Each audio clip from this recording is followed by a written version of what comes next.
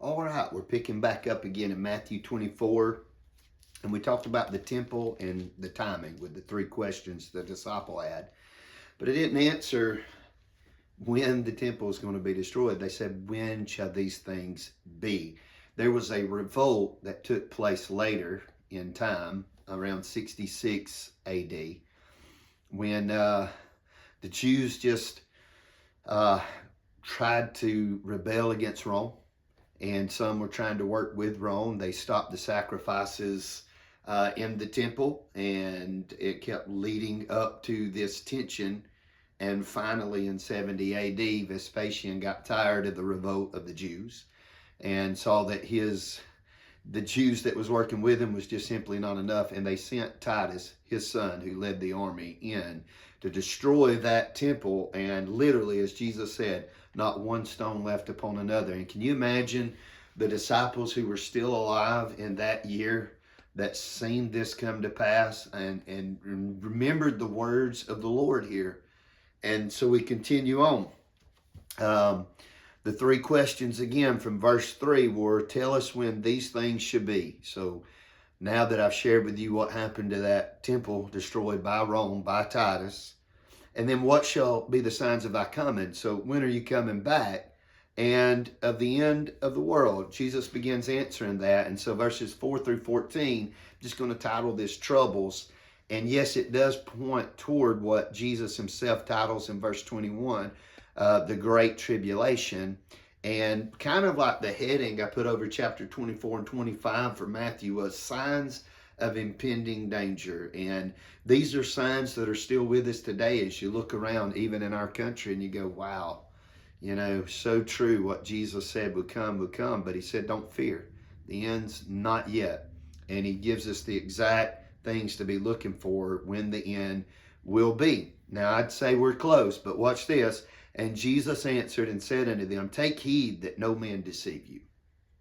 For many shall come in my name, saying, I am Christ, and shall deceive many. Even in that day, Christ as Messiah, there were others around him claiming to be a Messiah too. You had many claiming already to be the chosen one or sent by God. You had Judas, you had Thaddeus, you just had others around him and that came after him. And the Messiah, the Jews kept looking for a Messiah. I think I read in one study where there was like after Jesus, there was 80 plus more people they considered to be a Messiah. And then, of course, like they did Christ, reject him one by one. And then today in our time, it doesn't take long to look around. Even in our world today, if you were to look it up, people claiming to be Jesus. There are people all over the world claiming to be Jesus Christ incarnate. It is crazy. So verse 5, for many shall come in my name, saying I am Christ, and shall deceive many. And they are. Jesus spoke about one that's coming who would come in his own name. Jesus said, I come in my Father's name, and you won't receive me. But the one that comes in his own name, him shall you receive. And that is going to be the Antichrist, which we'll be leading up to here. And ye shall hear of wars and rumors of wars. See that ye be not troubled, for these things must come to pass, but the end is not yet. Therefore, the Jews get used to seeing war all around them, fights every day. And when the destruction of this temple comes, Jesus says, don't be alarmed. I've told you about it. I told you it was going to happen. And then even throughout that part of the world, wars continued on. Even we look down to today as a nation, we were created and born out of war. We came over here to the Americas, and then we had the American Revolution, the Revolutionary War, and claimed our own independence from British. And then we had our own Civil War. And then we've seen the whole world plunged into war, World War I, and then now World War II, and the evils of the nations. And it's nothing new. I mean, from the days of Cain and Abel, war is in man's heart. James chapter 4, he says, where does war and fighting come from? And it comes from the heart, the human heart. And so Jesus says, don't be alarmed. You're going to see these things happen, and you will be alarmed. That doesn't mean the end's coming just because of war. We see it today. We've got the threat of World War III all around us and signs pointing that it could happen. But the Lord goes on to say, for nation shall rise against nation, and kingdom against kingdom, and there shall be famines and pestilence and earthquakes in divers places. And just to break that down a little bit more, I mean, you understand earthquakes, and we're seeing more and more of those in many places in the world. Pestilence like never before, which is actually talking about disease. And the latest one for us that hits big is COVID that happened in 2020.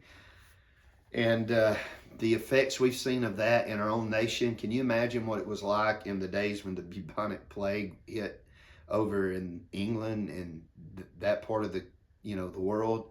The Black Death. I mean, they had to be looking back to Matthew 24. I know I certainly looked at this with COVID, and now they tell us that there's something else coming across the shores to America. At this recording, I don't know what that is, but another thing that's going to be worse, they say, than COVID at the time of this teaching. So pestilence is everywhere. Our air is so polluted. There's untelling what's going through our brains and our minds and our bodies that we don't know about. And people are all the time coming up with cancers. So you read through this and you go, wow, pestilence, earthquakes in diverse places, all these things, verse 8, are the beginning of sorrows. That's it. We're living in a time of sorrow. Jesus told us that this would happen. It's a result of sin being in the world. It's the very reason he came to die for. And when he sets up his kingdom, all these curses will be reversed one day and removed. I'm looking forward to that. Verse 9, then shall they deliver you up to be afflicted, and shall kill you, and you shall be hated of all nations for my name's sake. Now, all the disciples, with the exception of two, or the apostles, because Judas, who betrayed him, took his own life. And he was the son of perdition. He went to hell. The other 10 were martyred for Christ, and the one who lived and died of old age, they tried to kill him and couldn't, was John, the apostle who wrote the Revelation. But they were hated. They experienced this verse. Today, that's why Satan still hates the Jewish nation. He tried to destroy them throughout history, from the very beginning in the garden, through Haman, who tried to kill all the Jews in the book of Esther, to all the many times that Satan has tried to wipe them out to keep Christ from coming in the first place. Now he's trying to take out the Jewish nation, or Israel, to say, oh, the Bible's not real. See there, they're destroyed, and Jesus cannot come back because he don't have a people to come back to. I mean, this war is so obvious to see that's going on. And not to mention all the wars that's going on. And today, as I teach this, anti-Semitism again is on the rise. You would think after World War II and what Hitler did to the Jews, that would be over with. But it's not, because Satan wants to destroy them. And not only the Jews, he wants to destroy Christians. And we're seeing persecution not only around the world, where seldom we ever thought about it, but we're seeing it on our own shores here in America. And these are the beginning of sorrows. Jesus said, you'll be hated because of me. Verse 10, and then shall many be offended, and shall betray one another, and shall hate one another. And many false prophets shall rise, and shall deceive many. And because iniquity shall abound, the love of many shall wax cold. What are we seeing going on today? Many people have claimed to be a Messiah, or Jesus Christ himself. And the opposite of that is Antichrist, which means to hate Christ, to hate Christians, to hate one another. And Jesus, that's what he's talking about here. You're going to see that on the rise, and we see it more and more in the love of many waxing so cold. People used to look and smile in the South, open the door up for you, worked hard to clean off the tables in the restaurant, so when you came in to sit down to eat, it was nice. People took pride in what they did for a living, and showed care and love people. And now people let the door slam in your face. I haven't found a good restaurant in a long time where the tables are actually clean. I'm serious. I mean, you go into most places, it's just like people don't care anymore. And we're seeing that on a mass scale. And it is pointing to something big that's happening. And Jesus said, hey, when you see these things, It's just a part of it. It's leading toward the end. And he says, and because iniquity shall abound, again, it's worth reading, the love of many shall wax cold, but he that shall endure unto the end, the same shall be saved. Now, I believe in salvation. When Jesus Christ saves you and you fully commit your heart and life to him, you're saved.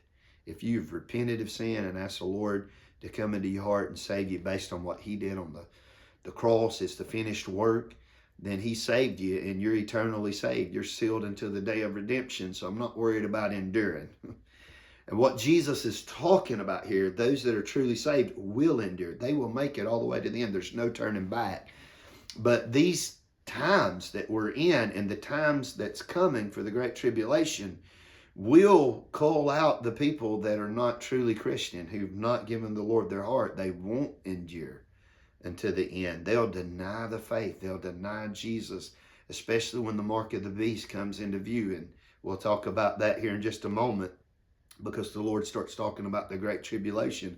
But these are just things that point toward the end. I almost feel like turning over to 1 Timothy and reading through or 2 Timothy and reading through chapter 3 about perilous times shall come. And boy, have they come. And that's a good chapter to go read, coupled with Romans chapter 1, if you want to look at these things the Lord has said, and then look at what Paul wrote about it later on. And we see it definitely in this day and time. Verse 14, and this gospel of the kingdom shall be preached in all the world for a witness unto all nations, and then shall the end come. They say that we're so close to the word of God being translated in every language. And I think that personally is a part of this gospel being preached into all the world. And I think there's more to it, and it's going to ultimately be fulfilled in the Great Tribulation period. But almost we can see that our language, because of technology, is not such a barrier like it used to be. And you can even take your smartphone out now and speak what you want to in English and have it translated into Spanish or many other languages if you have that with you to talk to somebody. So even in sharing the gospel, you see how that could be a very possible reality. And so here we are, just reading what Jesus said, looking around at what's going on even in our day. And Jesus says, you're going to see all these things happen, but here's what really points toward the end. The full completion of the gospel message being preached to every nation, which is going to take place in the Great Tribulation. And we'll get into the very next verse in the next section. So God bless you.